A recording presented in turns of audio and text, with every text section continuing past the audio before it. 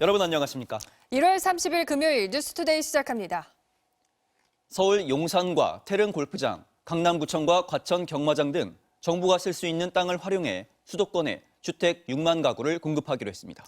부동산 시장 안정화를 위해 여의도 면적 1.7배 규모의 부지를 동원한 건데 주로 청년과 신혼부부들에게 제공하기로 했습니다. 이혜선 기자입니다. 정부가 수도권에 6만 가구를 공급하는 부동산 공급 대책을 내놨습니다. 빠르면 내년부터 늦어도 2030년까지 착공됩니다. 핵심은 청년층을 중심으로 서울과 수도권 역세권에 주택 공급을 하겠다는 겁니다. 청년과 신혼부부 등에 중점적으로 공급하여 청년들이 미래를 꿈꾸고 가정을 꾸릴 수 있는 튼튼한 안식처로 만들어 나갈 것입니다. 가장 규모가 큰 곳은 서울 한복판 용산구 역세권입니다. 용산역에서 약 5분 정도 떨어진 용산 정비창 부지입니다. 정부는 약 46만 제곱미터의 이 부지의 용적률을 상향해 주택 약 1만 호를 공급하겠다는 계획입니다. 미군기지 캠프킴과 또 다른 군부대 시설을 합치면 용산에만 13,000가구가 공급됩니다. 서울에 인접한 과천 경마장과 방첩사령부 부지에도 미니 신도시급인 9,800가구가 생깁니다. 지하철 4호선이 있고 고속도로와도 가까운 교통 유충지입니다. 이 밖에 태릉 골프장에 6,800가구, 판교 테크노밸리와 인접한 성남 금토 2지구 등에도 6,300가구가 들어섭니다. 여기에 서울 강남구청과 서울의료원 남측 부지, 고양 국방대학교와 군부대, 우체국과 세무서에 심지어 테니스장 부지까지 정부 부처가 쓸 수 있는 땅이란 땅은 모두 끌어모아 대방출했다는 평가도 나왔습니다.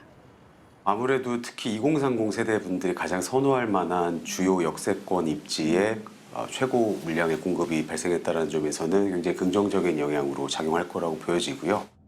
정부는 이번 발표에 안주하지 않고 다음 달에도 추가 공급 대책을 내놓겠다고 밝혔습니다. MBC 뉴스 이혜선입니다. 당원 게시판 사건으로 논란이 된 한동훈 전 대표가 결국 국민의힘에서 제명됐습니다. 한 전 대표는 꼭 돌아오겠다고 했지만 돌파구는 마땅치 않아 보입니다. 김세영 기자입니다. 국민의힘 지도부는 비공개 회의 20분도 안 돼 한동훈 전 대표에 대한 제명 징계안을 의결했습니다. 당 윤리위원회 처분 16일 만에 단식 후유증을 겪던 장동혁 대표가 복귀한 뒤 열린 첫 최고위원 회의에서 속전속결로 결정됐습니다. 한동훈 전 대표에 대한 당원 징계안이 윤리위 의결대로 최고위에서 의결되었습니다. 총 9명 중 장 대표와 송원석 원내대표, 정점식 정책위의장, 신동욱, 김민수, 김재원, 조광환 최고위원 등 7명이 찬성했고 똑같은 행위를 한동훈이 아니라 저 김민수가 했다면 15개월 끌 수 있었겠습니까? 친한계 우재준 최고위원은 반대했습니다. 저는 한동훈 전 대표를 징계하는 이유는 결국 탄핵 찬성에 대한 보복이라고 생각합니다. 양양자 최고위원은 그동안 한 전 대표 제명을 반대해왔지만 어떤 의견도 낼 수 없는 상황이라며 기권했습니다. 한 전 대표는 지도부의 승인 없이는 앞으로 5년간 재입당이 금지됩니다.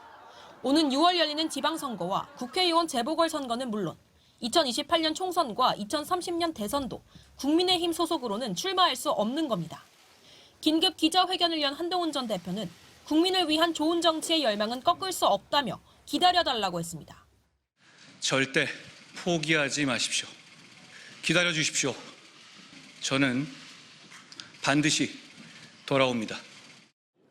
하지만 돌아올 방법이 많지 않다는 전망도 나오고 있습니다. 우선 효력정지 가처분 신청 등 법적 대응에 나설 경우 기각 시 당으로 복귀할 여지가 더욱 좁아질 수 있습니다.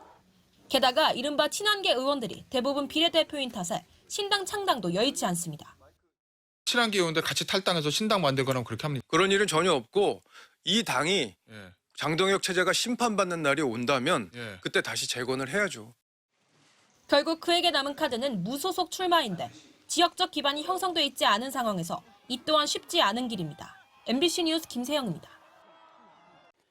강선우 의원에게 공천 헌금을 건넨 혐의를 받는 김경전 서울시 의원이 네 번째 경찰 조사를 받고 오늘 새벽 귀가했습니다.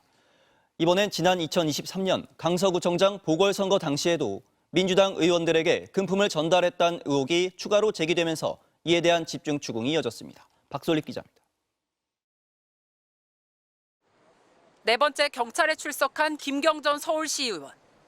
2023년 강서구청장 보궐선거 출마 전에도 민주당 의원들에게 금품 전달을 시도했다는 의혹이 추가로 제기된 뒤 처음으로 경찰 조사를 받았습니다.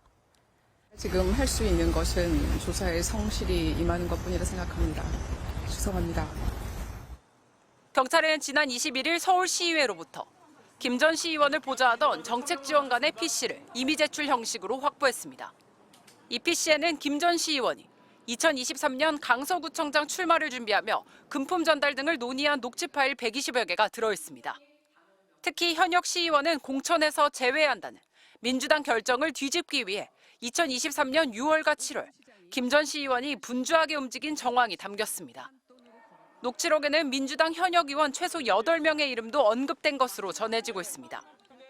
김 전 시의원은 당시 민주당 의원 보좌진이었던 김성열 전 개혁신당 최고위원에게 민주당 최고위원들에게 전화를 해줄 수 있는 중진 의원을 만나겠다는 취지로 말한 것으로 알려졌습니다.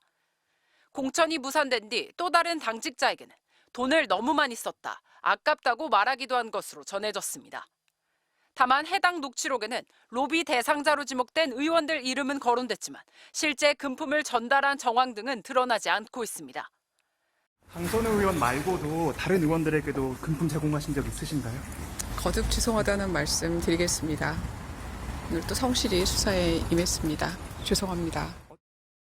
이름이 언급된 의원들은 김 전 시의원과 연락을 하거나 만난 적이 있느냐는 MBC 질문에 그런 적 없다, 모르는 일이고 오히려 궁금하다는 등 부인했습니다. 경찰은 김 전 시의원을 상대로 통화가 이뤄진 상황과 실제 금품 전달 여부, 차명 쪼개기 수법으로 현직 의원들에게 후원금을 전달한 사실이 있는지 등을 집중 추궁했습니다. MBC 뉴스 박솔립입니다.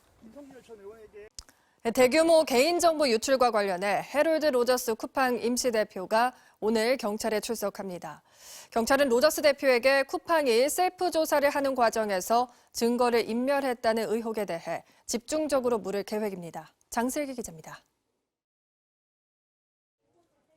해럴드 로저스 쿠팡 임시 대표가 오늘 오후 경찰에 출석합니다.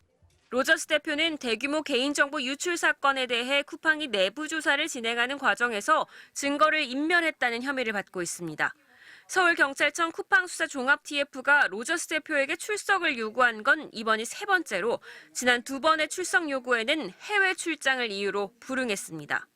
이 과정에서 경찰은 출국 정지를 신청했지만 검찰은 자진 입국 의사를 밝혔다며 반려하기도 했습니다. 경찰은 로저스 대표를 상대로 쿠팡이 용의자의 노트북을 직접 포렌식하면서 증거 인멸 정황이 있었는지, 또 셀프 조사를 발표하게 된 경위는 무엇인지를 집중 추궁할 계획입니다. 로저스 대표는 공무집행방해와 업무방해 혐의도 받고 있는데 지난해 12월 국회 청문회에서는 셀프 조사가 아니라고 주장하며 강하게 반박하기도 했습니다. 쿠팡이 자체 조사를 통해 유출 건수가 3,300만 건이 아닌 3,000건에 불과하다고 기습 발표한 과정에 국정원이 개입했다는 겁니다. Do you think we would send divers into a river in China if we hadn't been directed to do exactly that? No. Do you believe that? No. Good enough. 쿠팡 사태가 도널드 트럼프 미국 대통령이 관세 재인상을 언급한 배경이 아니냐는 일각의 분석이 나오는 가운데 경찰에 출석하는 로저스 대표의 입장 발표와 조사 결과에 이목이 쏠리고 있습니다. MBC 뉴스 장슬기입니다.